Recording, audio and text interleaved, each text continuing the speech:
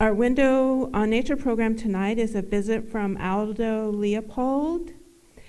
Aldo Leopold died in 1948 fighting a grass fire on a neighbor's property. Aldo Leopold's book, A Sand County Almanac, introduced many of us to the spirit of ecology and the conservation principles that guide us today. He was instrumental in developing the proposal to manage the Gila National Forest as a wilderness area, our country's first wilderness area designation. Welcome, Aldo Leopold.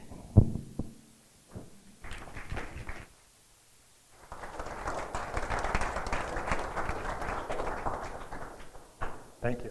High five. Good evening. This is a little different area than I usually speak. I always try to find forest or grasslands or some place where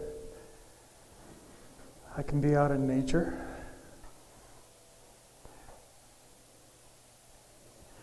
How many of you start your day or have some time during your day where you go for a walk?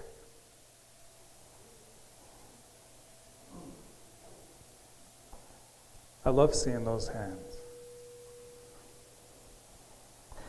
I find way too many people these days that they work, they go home, and they really have no space in their life for nature. Two things interest me tremendously. One is the relationship between people, and the other is the relationship between people and the land.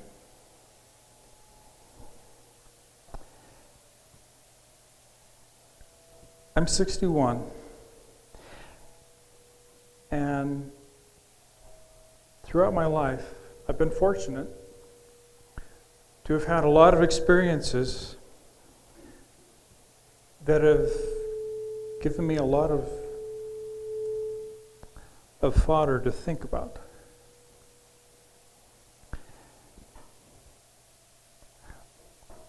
One of the things I find is looking back, because a lot of the thinking that I have today is a result of a lot of my experiences when I was much younger.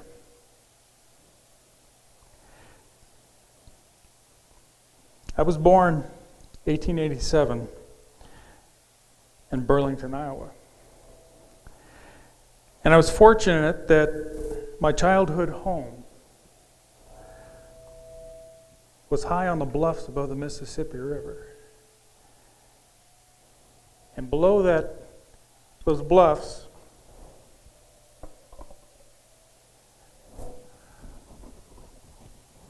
was a maze of marshlands and muddy river bottoms and just full of life and mysteries.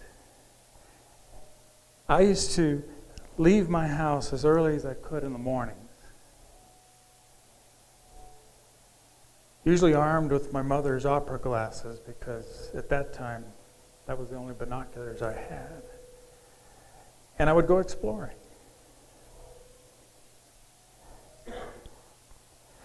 It was my father, Carl Leopold, who really opened my eyes to the wonders of nature. Father would take us out, and he was a wonderful teacher because he never pounded us with facts. He let us do the discovery. And eventually I found myself teaching in the same manner because I felt it was a nurturing way to teach, because it let me, or the student, do the discovery. When we would go hiking, walking along the river, there were always stories to be told if you knew how to read them. Muddy tracks, fresh from the night. A punky log that had the top knocked off because somebody was looking for an evening snack. Or a honking flock of geese veering their way south. There was always something to look at. And one of the things I have found over the years that I've tried to do myself, and I tried to instill that in my children, but that's at the end of a day of thinking, what did I do today, or what did I see today that was special? If you think about that when you go through your day, I think you would be amazed of what you remember, because you become more observant. And that's something that I've seen so much that people don't observe. Now in 1909 was when I first came out west. I was a 22-year-old newly made forester. And I can still vividly remember that trip. As I was on the train from Albuquerque to Winslow in the Arizona Territory, I remember being enthralled with these vistas of just these ongoing mesas, and occasionally a little colored glimpse of the painted desert. And through the open window on my car came a warm, tangy wind. And on that wind was a sense of pinyon and sage and juniper. Scents that were all unknown to me then, but which in time became fast friends. The last 85 miles of that trip were by stagecoach to the little town of Springerville. And as we bounced along that high desert plains, I remember seeing these perfectly shaped cinder cones on either side of the road. And then off to the west was the rolling hills of the White Mountains and Mount Baldy. And then to the east was this majestic purple flat-capped mesa called Escudilla Mountain. By the time we reached Springerville in the evening, it was getting quite dark. And I remember looking at this tiny little town, a few flickering lights, trying to pierce that inky black that surrounded it. And I remember at 22 being very excited because this was something I had dreamed of. I was in the West. I was in wild country. And that little town was completely surrounded by wild.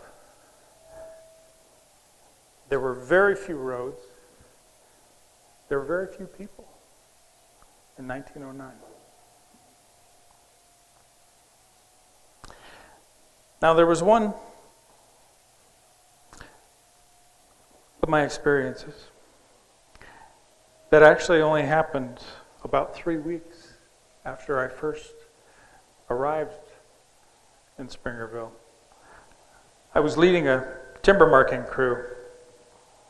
And you have to remember that the Forest Service at that time was very young. It had only been formed in 1906, so we had a lot of learning that we were doing. And one of the things was we were timber marking just to learn what we had. What were we supposed to be managing? How can you manage if you don't know what you have to manage? So we were doing these surveys, and this one day we took a break, and we were high up on this little rocky crag, and we noticed an animal come crushing out of the forest, splashing across the little creek. And at first we thought it was a deer, and then we realized there was a whole passel of pups that came from the other side, and they were wolves. Well,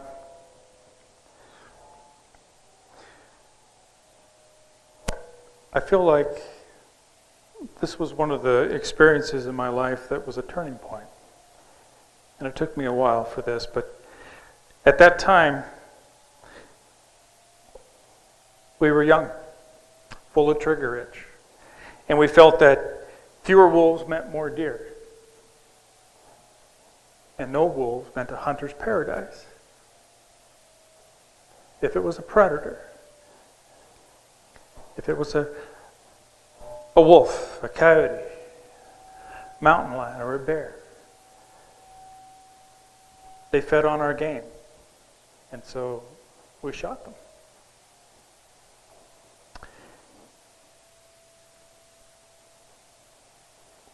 We unleashed our rifles on that pack of wolves.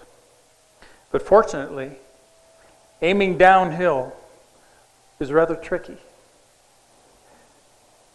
And so our bullets were guided more by enthusiasm than accuracy. And by the time we reached the bottom, the she-wolf had been hit, and one young cub was crawling off into some rocks, hurt, and all the others had disappeared. But I will always remember looking at that she-wolf and watching this fierce green fire in her eyes, blaring at me, just blazing up, and then flicker, fade, and die away. And I knew then that there was something in those eyes that I needed to learn. And this whole philosophy that I had at that time about predators was not something that she nor the mountain would agree with. And since then, I've seen state after state extirpate their wolf population. Many the face of a new wolfless mountain. A maze of new deer trails on the south-facing slopes, and every edible tree and shrub browsed to anemic destitute and sometimes to death.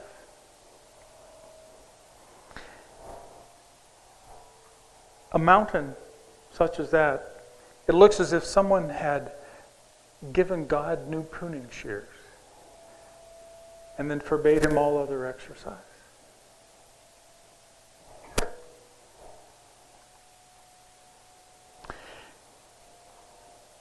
The lesson that I saw from that time, I've seen the results of that type of thinking throughout my career. One of the major results of predator control. In 1904, the Kaibab Wildlife Refuge, preserve actually, was formed. And it eventually became the Grand Canyon National Park. But they removed all the cows and the predators to allow the deer herd to prosper. and that was in 1904. The population of the deer herd in 1904 was around 4,000 deer in that whole area. Actually, I think it was 1906, because 18 years later, in 1924, so in 18 years, would anyone like to venture a guess of what that deer herd had grown to from 4,000 deer when you remove all the predators? 100,000. 4,000 to 100,000 deer. Because we removed the predators. That's the main reason. Because of that, there's nothing to control the deer population. Within a few years, mainly due to sickness, disease that just penetrated them, they wasted away. And the population was back closer to the 4,000 level. And I've often wondered what that area was like with that many deer carcasses. It couldn't have been pleasant.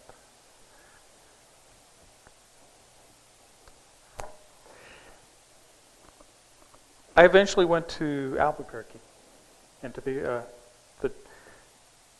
the regional office there. In 1919, I was able to visit, as my job, all of the forests in New Mexico and Arizona, the national forest. And we also had 2 grasslands in Oklahoma and Texas that we took care of. And my job was to assess how good a job we were doing. Well, one of the areas that I visited, 2 forests actually, the Carson and the Prescott, which you're all familiar with here. The grasslands in both of those forests were tremendously overgrazed. And what I saw was these grasslands being invaded by woody plants and pierced by deeply eroding gullies. Because without the grass to hold the soil in place, the winds and the waters was carrying it away. Flooding had become more severe and destructive. The numbers of wildlife were diminishing. The areas of habitat, the wild areas that provided the habitat for all these animals, were just diminishing.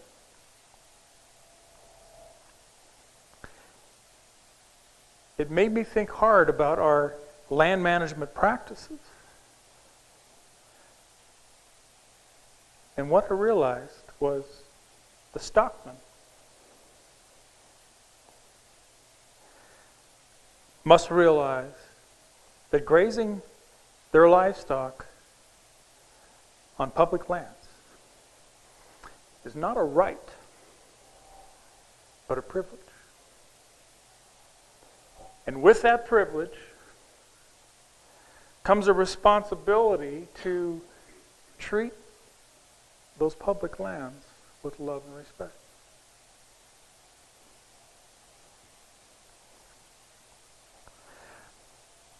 I saw our lands being abused because we thought of them as a commodity that belonged to us.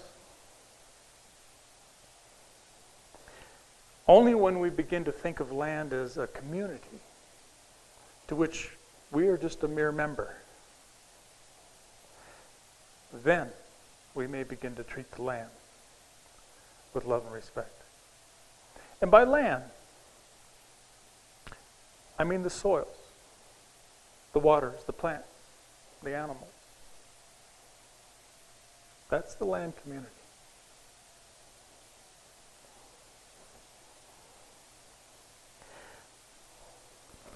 I was at a convention up in Denver think it was 1919. And I had been talking to some of my fellow workers, being disturbed by the amount of wild lands that we were seeing disappearing. Our population in the country was expanding rapidly.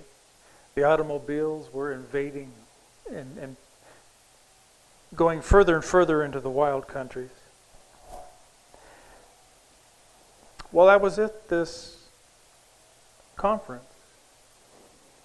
one of my fellow workers came up and he said, "Aldo, I have a young man working for me who I think you really should talk to." And he told me a little bit about it. His name was Arthur Carhart. And so on my way back to Albuquerque, I stopped and I ended up spending a whole day with Arthur. Arthur was actually the first landscape architect for the Forest Service. At that time, he'd only been working for the Forest Service for a year, and nobody at that time knew what a landscape architect did. In fact, he was often referred to as a beauty engineer because they had no clue as to what he did. And his first assignment was in a place called Trapper Lake, high up in the mountains in Colorado. And Arthur was supposed to lay out roads and home sites to be developed. So he went there. He did his job. But in his report, he wrote up that he felt there were lands that shouldn't belong to just one or two people, but that they should belong to everybody. And they should be preserved as such. It was that conversation with Arthur that kind of galvanized a lot of the thinking that I had. When I looked back in my notes, clear back to 1913, I had been writing down ideas that we needed to be preserving our wild lands. These things take a while. 1924, I had an opportunity with a friend of mine, Fred Wynn. And Fred was the supervisor on the Gila National Forest. And he felt very strongly about the wild lands disappearing as I did. And so we sat down and we looked at the Gila National Forest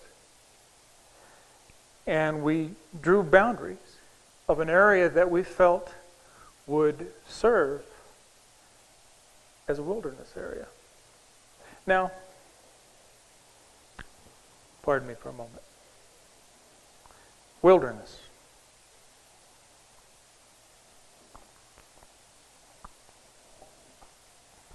By wilderness, I mean an area of land in its natural state, large enough to absorb a 2-week pack trip, open to lawful hunting and fishing, but kept devoid of roads and trails and other artifices of man.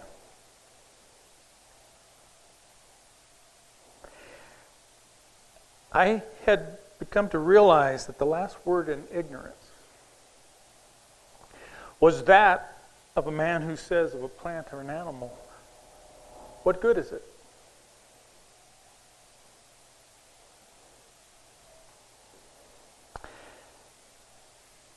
We often had tried to kill our wilderness,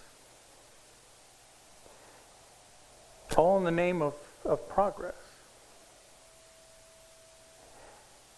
And I really was disagreeing with that policy. But be that as it may, I'm glad I will never be young without wild land to be young in. For what avail are 40 freedoms without a blank spot on the map to pursue them? Now, to those devoid of an imagination, that blank spot on the map is a useless piece of land. But to some of us, it's the most valuable part. Because we need wilderness to serve as a land laboratory, a place where we can learn how the ecological processes work.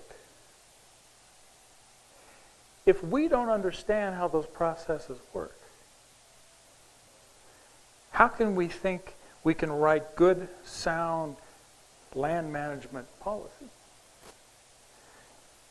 If you don't know what you're talking about, then you're managing by guesswork. And that's pure folly. And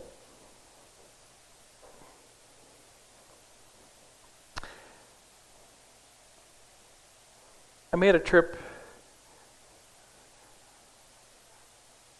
right before Fred and I got together with my brother Carl. We went down to the Colorado River Delta in northwestern Mexico. And it was down there that I realized that wilderness was much more than just high mountaintops and canyons, but that we should be thinking about preserving portions of each of our ecological systems that we had in our country.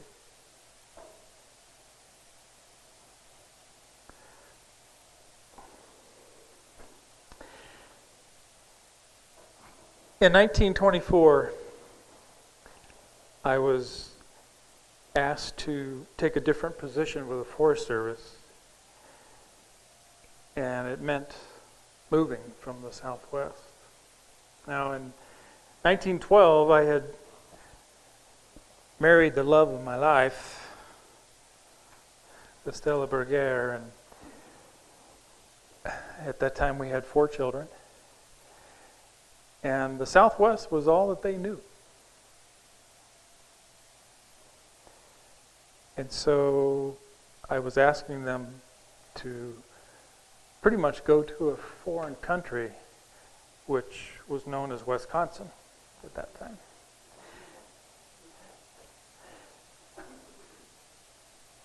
I ended up getting a position at the Forest Products Laboratory in Madison, Wisconsin, and it wasn't my ideal job, but one of the things that happened was I started talking more and more to these groups about game management. Eventually,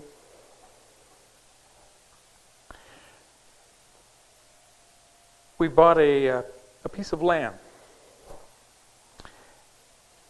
and it was on the Wisconsin River. And I still remember the looks on my family's face when I first took them out there, because I think I might have played up the farm a little more than what it was. It was a very abused piece of land. It was in the sandhills along the river. Soils were very poor. Weeds were about the only thing growing on it at that time. The farmhouse had burned down. All that was left was a chicken coop. There was a little snow on the ground that day when my family arrived with me, and I know they weren't quite as excited about it as I was. But my dreams for that land were the opportunity to take all of these thoughts that I had been working with over the years, which I now refer to as ecological restoration. Taking land and rebuilding it. Bringing it back to the healthy land that it could be. And I feel incredibly fortunate that Estella and the kids embraced that. I probably had the only set of teenagers in Madison who were willing to go out to a farm and plant 1,000 trees on the weekend instead of going to movies or riding around in cars with their friends.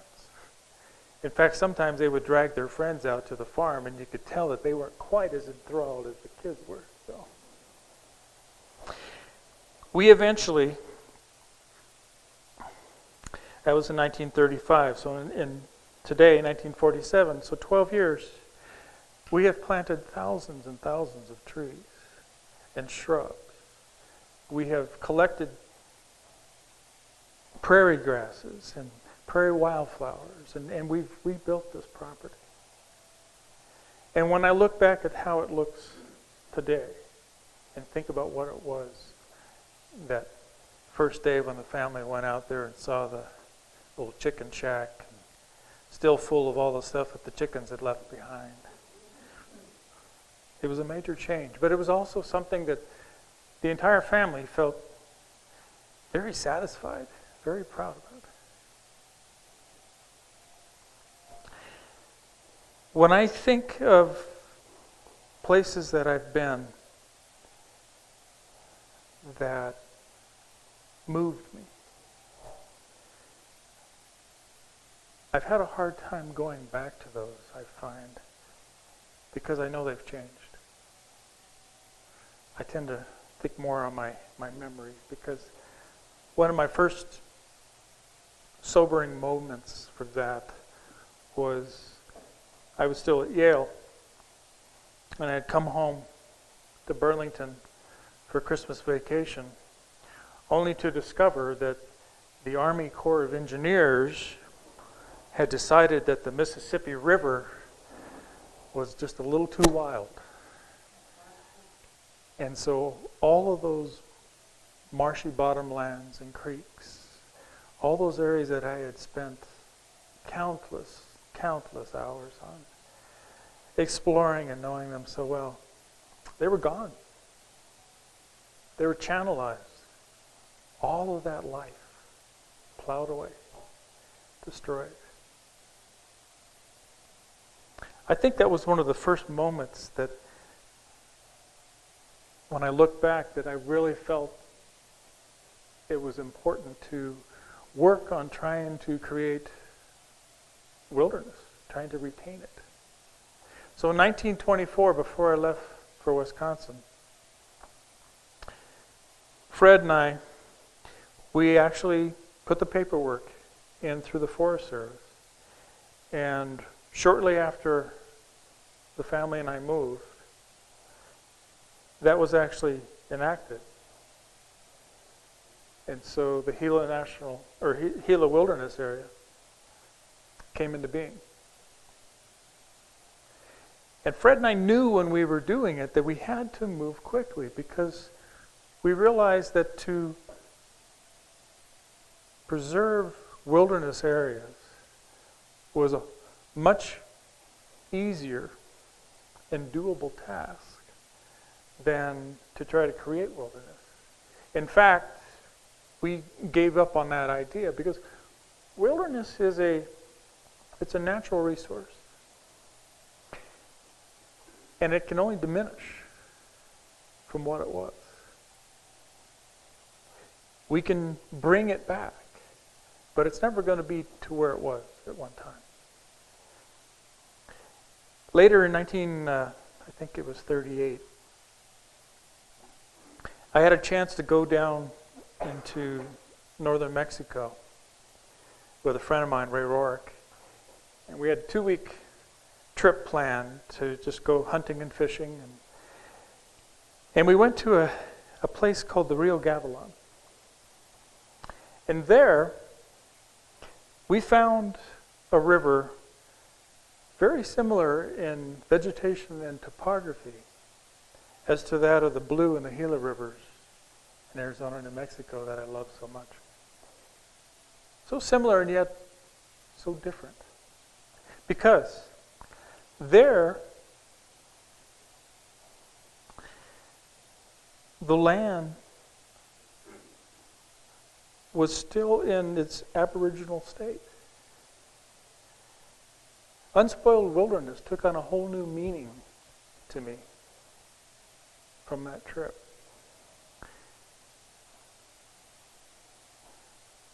There were no roads. There's no livestock. There's no fire suppression. No predator control. No management. Just thick-billed flocks.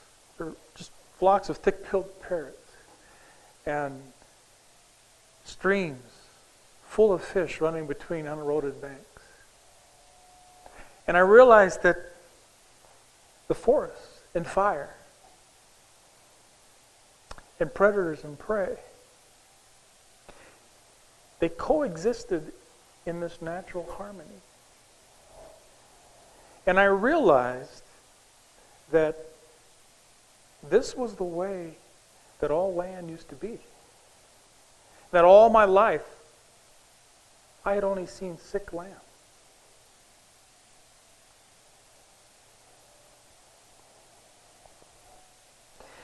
It was there that I realized that the land is an organism.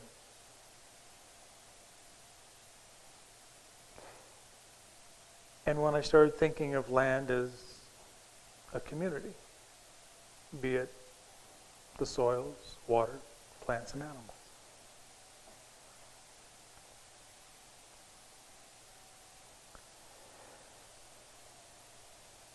This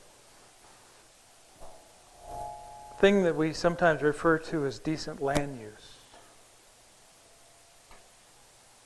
we need to change our way of thinking on that. Instead, we need to look at how we treat our land in terms of what is aesthetically and ethically right, as well as economically expedient. But a thing tends to be right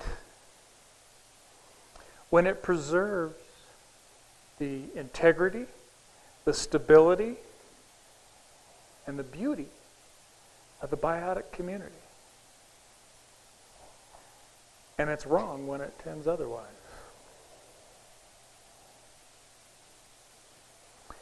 In 1935, I was asked to take on a very different job for me, and that was as a professor at the University of Wisconsin. They wanted to form a department that no other university had at that time, and it had to do with wildlife management.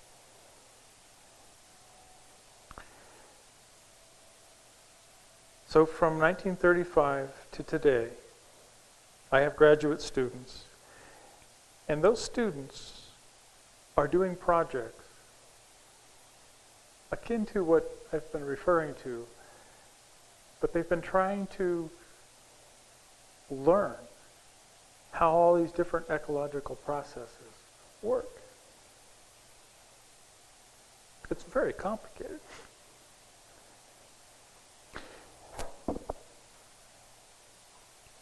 If a land mechanism is good, then every part is good, whether we understand it or not.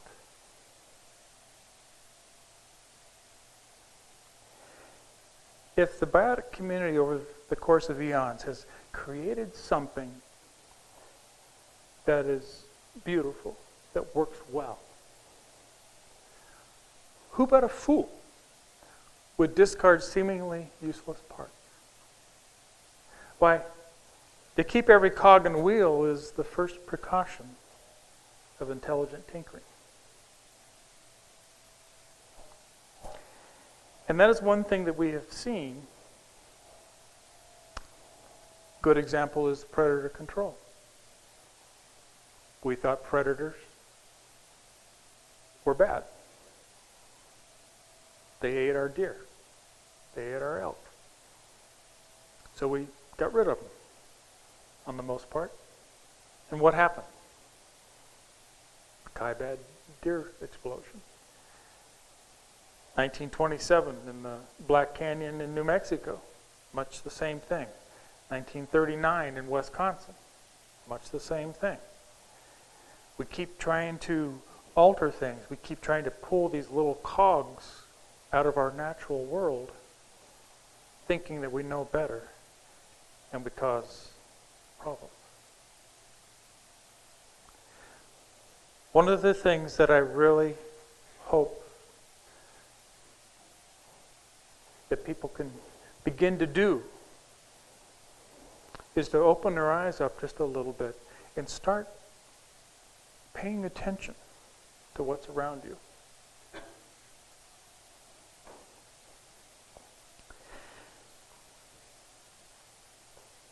Like winds and sunsets, our wild things have been taken advantage of until they're pretty much going away.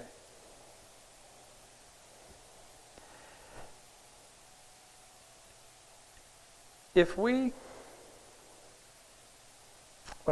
and now we're facing a decision of whether an even higher standard of living is worth its cost in all things that are natural, wild, and free.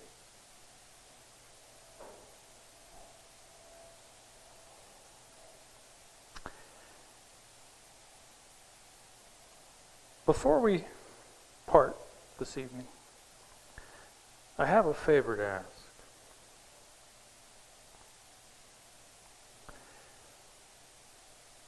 One thing that I do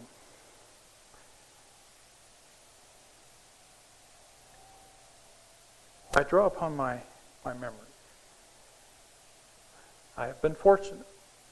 I've been able to explore a lot of wild country, and I have a lot of strong memories from that. If you would indulge me for a moment, I'd like to share one of my memories with you. And often people will realize that this is a good time for a nap. But if you'd close your eyes, this works much better in the morning than it does at 7:30, 8 o'clock at night. But it's a quick memory. But let me take you on a little journey. You ready?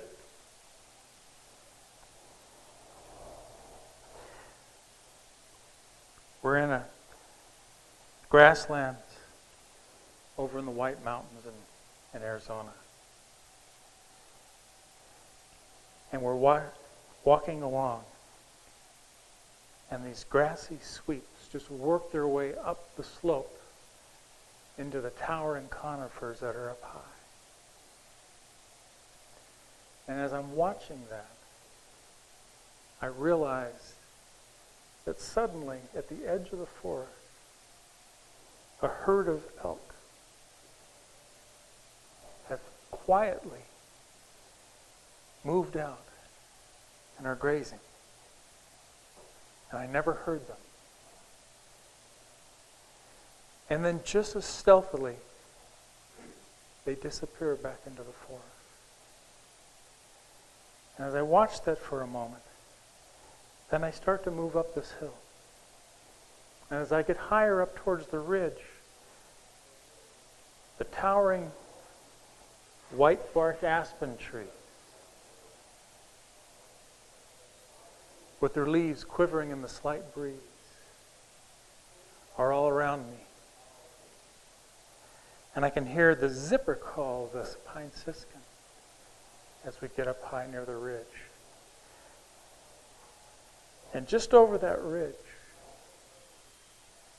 I start to hear the the tinkling waters from the creek that I'm trying to find, trying to get to.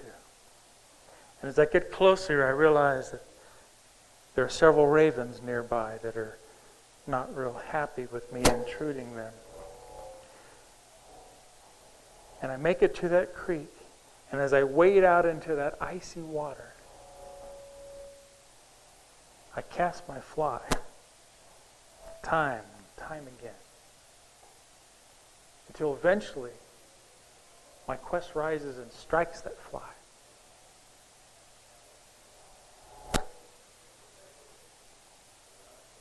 You're not in a trance. You can wake up now. That is one memory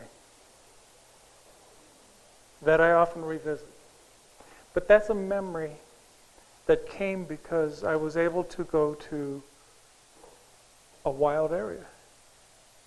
And that's a memory that I feel everybody should be able to have, to experience, time and time again.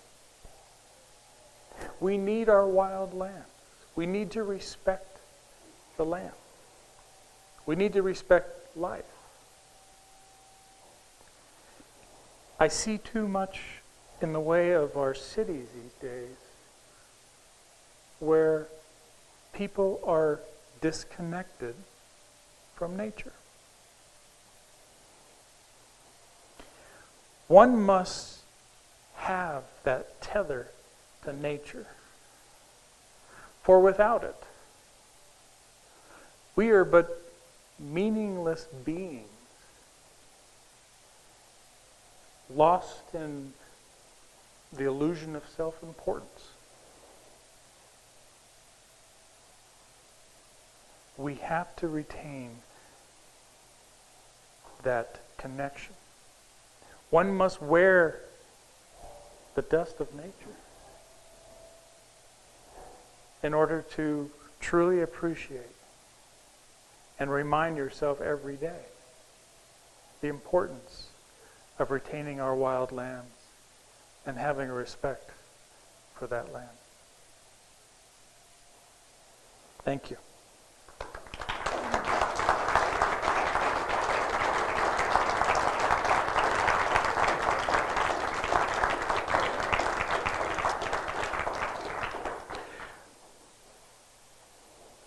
This is a little out of character.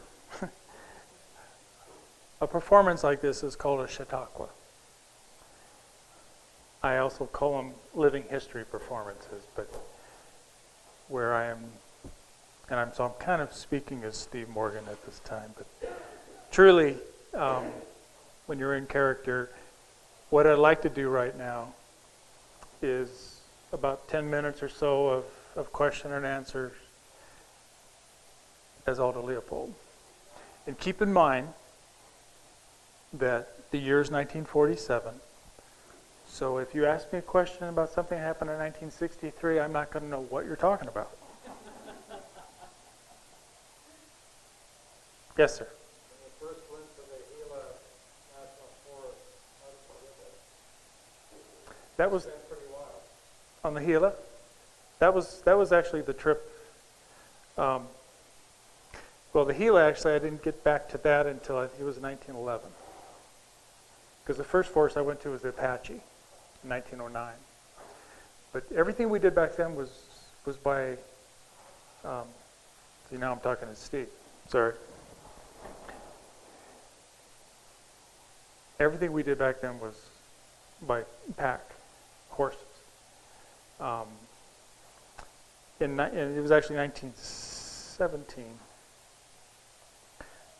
When I was doing inspections on some of the forests, I was actually in a little town called Kingston, New Mexico, which is in the Gila. I was the I was assistant district forester for the region, and I was doing these inspections, and in Curtis Canyon, which is in the Gila, we had, I think, eventually, they thought it was like 23 fires in 1 week of lightning storms. that were started. And the only way we had to fight them was recruiting people from the area. We were on horses. But we rode those trails and we fought hard. And so it was a very wild, wild land. So the main way for transport back then was horse. So, anyone else? Yes, sir. Any other wilderness areas besides the Gila? Are there? There are now. Oh, yeah. No, there are. Yes. But that was a very hard thing to make happen. Even though that was put aside, there was still a lot of opposition within a lot of the agencies, even the Forest Service. There was a lot of people that didn't want to do that. An interesting thing with the wilderness areas, same thing with like the forests. How many of you have been to the East Coast and like in New England? Have you been there in the fall with those beautiful fall colors? I mean, those forests just seem to go on and forever, don't they? Do you have any idea what those forests looked like in 1900? How about stumps? Eroded land with stumps. Totally devastated. 1900.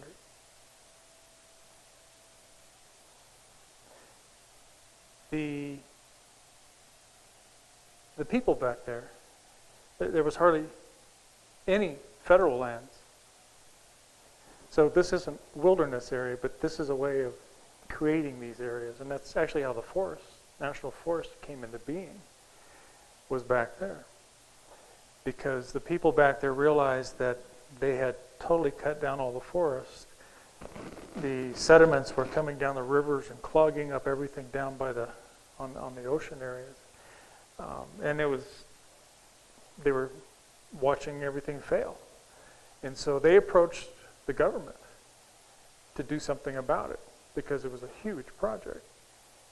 And so there was a thing called the Weeks Act that was enacted, and it actually authorized money for the government to buy these parcels of land, because there were still some areas that were forested. But up in New England, they were not.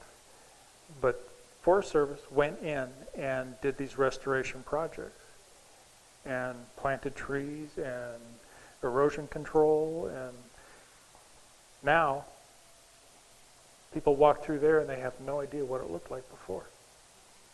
So we have, in the West, it was a very different situation, because here we had all of our lands, but the main thing we had along with that were ranchers. We had people running cattle and sheep, and they didn't take real kindly to being suddenly told that they couldn't graze in certain areas. So there's a different philosophy from the people on the West Coast versus the East Coast about the Forest Service. And so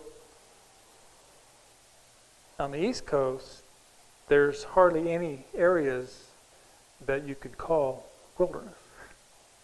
Whereas here in the West, we still had a lot of those areas. Albeit they were hard fought, every one of them that we have now. We're fortunate. But if you think about how big they are, most of them are not very big. And that's mainly because by the time we had this in motion and started getting people to think about the importance of wilderness and retaining enough wilderness to have that wilderness experience, they were disappearing. So if you look at how many are out there now, it's minuscule compared to the areas that, say, in the 1800s of what was there. It's kind of a roundabout answer, I'm sorry. But I like to talk about the Weeks Act because most people, when they go back and see those hardwood forests in the East Coast, they have no idea what it looked like, 125 years ago. 120. Yes? Throughout your career with the Forest Service under the Department of Agriculture, Mm-hmm. so the people in Washington, this was long, far away. It was. Well, in the early stages, too, there weren't very many of us. And so most people had no idea, because we were so young, of what we did and what our whole mission was. I started in 1909 as a forester, just at the bottom, and by 1919, so in 10 years' time, I was the assistant regional forester in 10 years. In 3 years, I was supervisor of the Carson National Forest. So things changed much differently back then. But the communications now, compared to, say, in 1909,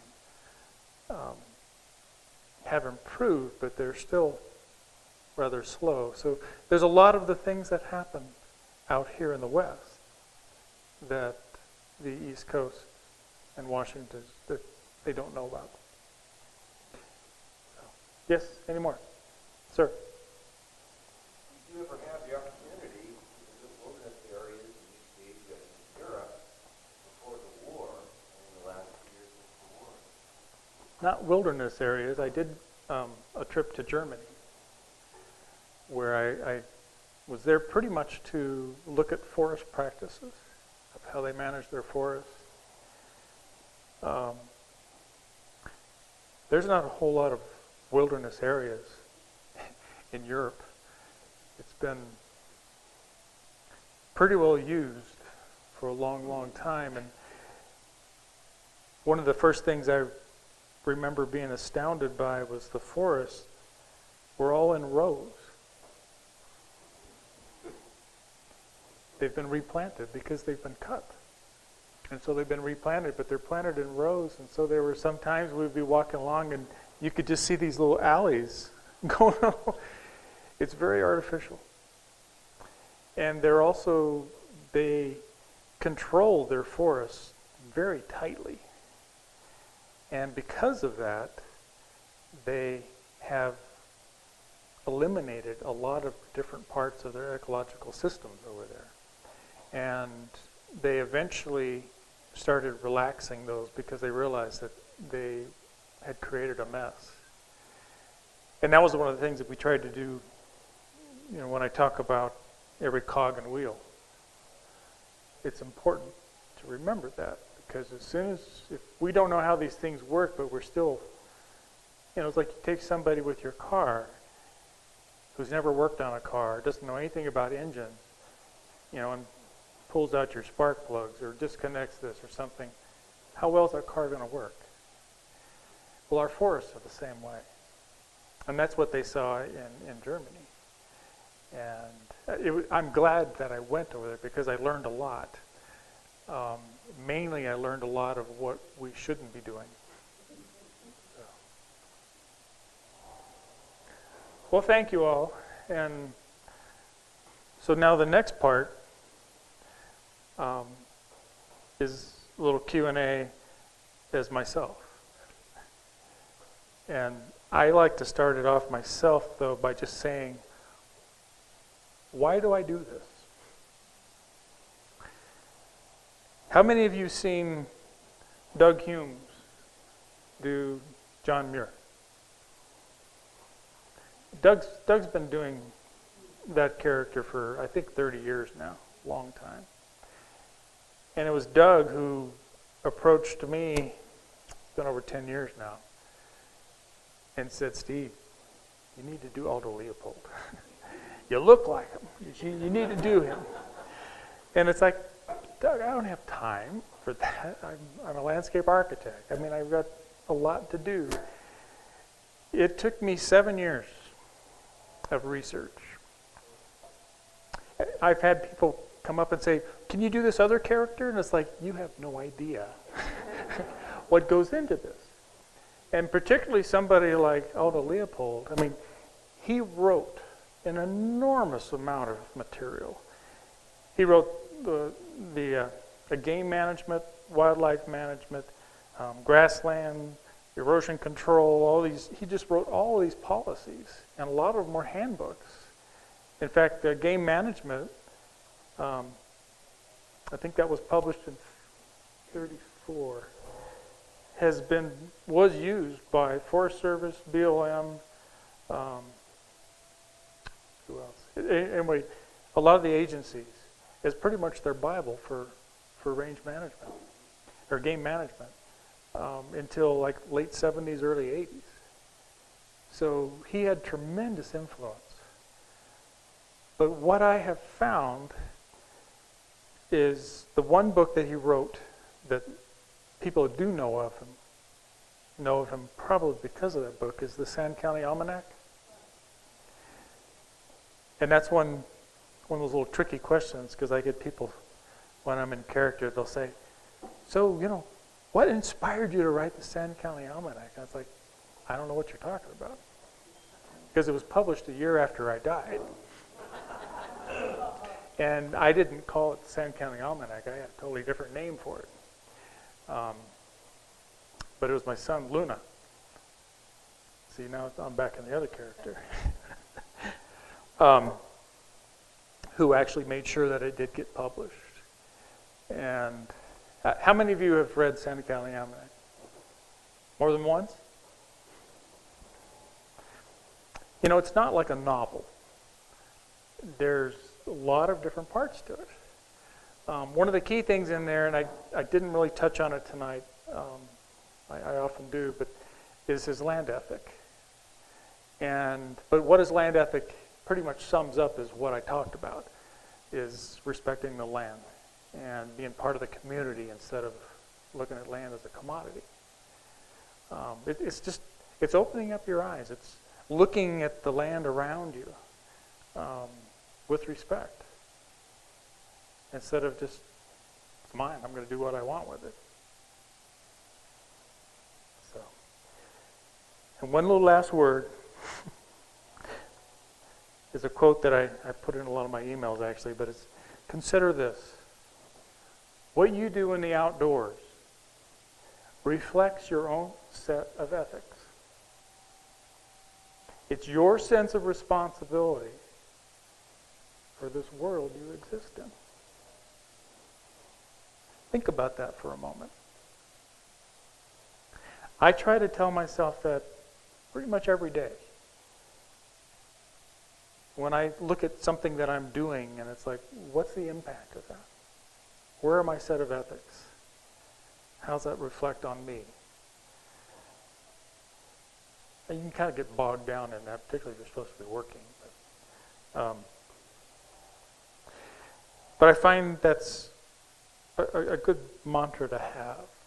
I for myself anyway, because it keeps me honest about a lot of the things that I do, and I think we need more of that in our society today, particularly when so many of us live in cities. We're fortunate here in Prescott that we have, access to wild areas that are still not that far away. I have a home here, but I also have a home in Kingston, New Mexico, and I left Prescott pretty much for that place over there because I have a town of 30 people, but my back gate opens up onto 3.3 million acres of wilderness. The Aldo Leopold Wilderness is 3 miles away from my house. How convenient was that? And so, I have access to that. But when I talk to people that live in cities, these urban areas, particularly children, they're clueless when it comes to nature. Well, thank you all. And go take a hike.